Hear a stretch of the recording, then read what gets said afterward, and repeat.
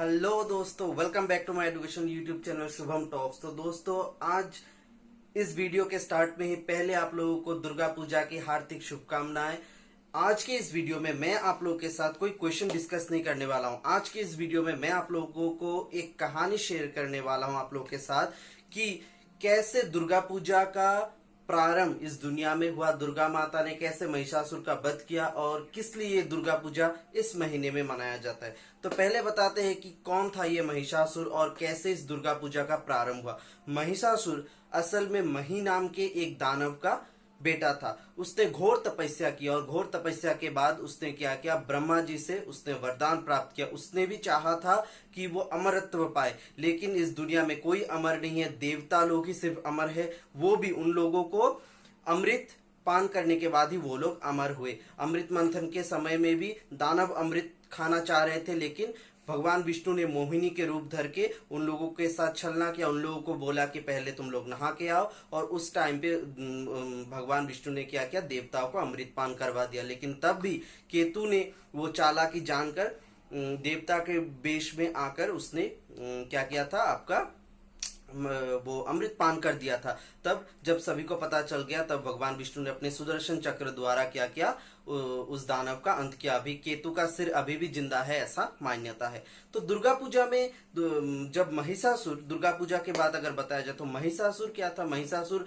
जब मतलब बहुत तपस्या करने के बाद उसने ब्रह्मा जी से वरदान पाया, और वरदान में उसने जब अमरत्व उसको नहीं मिला, तब उसने ये मांगा कि उसको कोई पुरुष वध ना कर पाए, उसको कोई देव या दानव या कोई मनुष्य वध ना कर पाए। लेकिन उसने वो वीरता पाने के बाद, वो शक्ति अर्जन करने के बाद तीनों लोकों पे अपना आधिपत्य हासिल कर लिया। उसके बाद उसने क्या किया, ऋषि मुनियों पर अत्याचार प्रारंभ कर दिया। उसने कात्यायनी नाम के एक ऋषि के पास जाकर, जब वो ऋषि माता चंडी का ध्यान कर रहा था और यज्ञ करने वाला था, उसी टाइम पर उसने क्या किया, कात्यायनी ऋषि का जो यज्ञ का घृत था, यज्ञ करने के लिए जो घृत लिया था, उसको उसने पान कर दिया। तब कात्यायनी ऋषि को जब ध्यान भग्न हुआ, तब देखा कि एक नारी के वेश में महिषासुर ने आके उनसे ये सब मतलब वो यज्ञ का घृत खा लिया।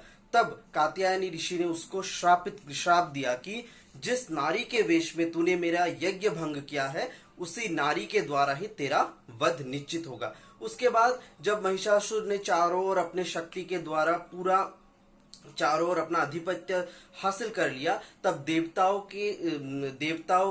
का जो स्वर्गलोक था, स्वर्गलोक लेने के बाद महिषासुर जब पूरा शक्तिशाली बन गया, सब देवता सहायता के लिए वैकुंठ गया, श्री विष्णु के दर्शन के लिए, श्री विष्णु से सहायता मांगने के लिए। तब वो लोग वहां पे जाके देखा कि श्री विष्णु और भगवान शिव वहां पे आलाप कर रहे हैं, वार्तालाप कर रहे हैं। तब उन दोनों को वो सब बताने के बाद, पूरा घटना बताने के बाद, वो लोग क्रोधित हो गए। और उन सभी को पता था कि महिषासुर का वध कोई पुरुष नहीं कर सकता, कोई देव या दानव नहीं कर सकता। तो सभी ने उस टाइम पे क्या किया, माता चंडी का आराधना किया, माता पार्वती का आराधना किया, और माता पार्वती को आराधना करके उनका आवाहन किया। माता पार्वती को आराधना करने के बाद माता पार्वती को सभी देवताओं ने अपने अपने अस्त्र द्वारा उनको सुसज्जित किया और महिषासुर के वध के लिए माता को प्रार्थना की। तब माता ने क्या किया, तब जाके महिषासुर को ललकारा, और महिषासुर के साथ माता का प्रबल संग्राम प्रारंभ हो गया। और तभी माता मधुपान करने के बाद माता ने बोला कि गर्ज गर्ज स्खलर मूर्हा मधु यावत पिबाम्य हम मयादय हतत्तैव गर्जी संत्राशु देवता। मतलब जब तक मैं मधुपान कर ना लूं, तब तक मैं तेरा वध नहीं करूंगा, और अब मधुपान करने के बाद मैं तेरा वध करूंगा। अब तक तू यहाँ पे गर्जन कर रहा था, थोड़ी ही देर बाद जब तेरा वध होगा मेरे हाथों, उसके बाद देवता लोग यहाँ पे फिर से गर्जन करेंगे। और उसके बाद माता ने महिषासुर का वध किया। और तभी तभी से माता को महिषासुर मर्दिनी बोला जाता है। माता को एक्चुअली दुर्गा बोला जाता है, क्योंकि माता ने दुर्ग नाम के एक राक्षस का वध किया था, इसीलिए माता को दुर्गा बोला जाता है। इस पूजा के हेतु जब माता महिषासुर का वध किया, तो माता को तब बोला गया महिषासुर मर्दिनी। इस पूजा का प्रारंभ कैसे हुआ? एक्चुअली दुर्गा पूजा होता है चैत्र महीने में, आपका चैत्र महीने में माता दुर्गा पूजा माता वासंती के रूप में माता का पूजा किया जाता है। लेकिन जब रामचंद्र ने रामचंद्र जब मतलब सीता हरण के बाद, सीता को हर ले जाने के बाद रावण के वध के लिए रामचंद्र जब वहां पे गया, तब रामचंद्र को यह पता चला कि रावण ने तपस्या करके माता से यह वर प्राप्त कर लिया था कि जब भी कोई रावण से युद्ध करेगा तो माता उसको अपने गोदी में ले लेगा और माता का आशीष जब तक रहेगा रावण को कोई हरा नहीं सकता। तब रामचंद्र ने उस पापी से अपने स्त्री को फिर से लाने के लिए माता की आराधना किया और इसी अश्विन महीने के इस मतलब षष्ठी से माता का पूजा किया और माता से यह वर प्राप्त कर लिया कि वो रावण को उस समय के लिए छोड़ दे, क्योंकि उसने ये पाप काम किया है, किसी के पत्नी को हर लाया है।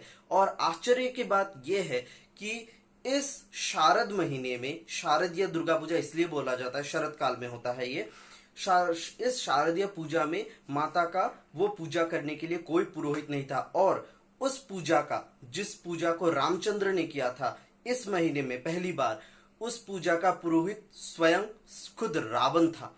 और रावण ने ये पूजा किया और रावण ने माता का षष्ठी से पूजा करने के बाद दशमी के दिन माता का पूर्ण पूजा समाप्त करने के बाद रामचंद्र ने क्या किया, रावण का दशमी के दिन वध किया। इसीलिए दशमी के दिन रावण दहन करके दशहरा मनाया जाता है। उसके बाद एक महीने बाद जब फिर रामचंद्र अपने अयोध्या लौट गए, उस दिन दीप जलाया गया चारों ओर और उसी दिन हम लोग माता काली का पूजा करते हैं, लक्ष्मी पूजा और श्री गणेश का पूजा भी करते हैं शुभ लाभ के लिए और चारों ओर दीप से सुसज्जित करते हैं और दीपावली मनाया जाता है। और तभी से मतलब रामचंद्र ने ये पूजा शरद काल में पहली बार किया और उसी टाइम से लेकर आज तक हर अश्विन महीने को माता दुर्गा का आराधना किया जाता है। ये मान्यता है कि इस टाइम पे माता अपने घर, हिमालय राज के घर कैलाश से घूमने आते हैं और इन दिनों, इन 4-5 दिन मतलब अपने पिता के घर रहने के बाद दशमी के दिन फिर माता अपने घर चले जाते हैं और माता का विसर्जन किया जाता है और सभी का आंख दुख से भर जाता है। तो हर एक साल माता आता रहता है। माता सभी का मंगल करे, सभी के आशाओं को पूर्ण करे। फिर एक नए कहानी के साथ या नई कोई क्वेश्चनों के साथ आप लोगों के साथ फिर से मुलाकात होगा। तो आज के लिए इतना ही। धन्यवाद। जय हिंद, जय माता दी।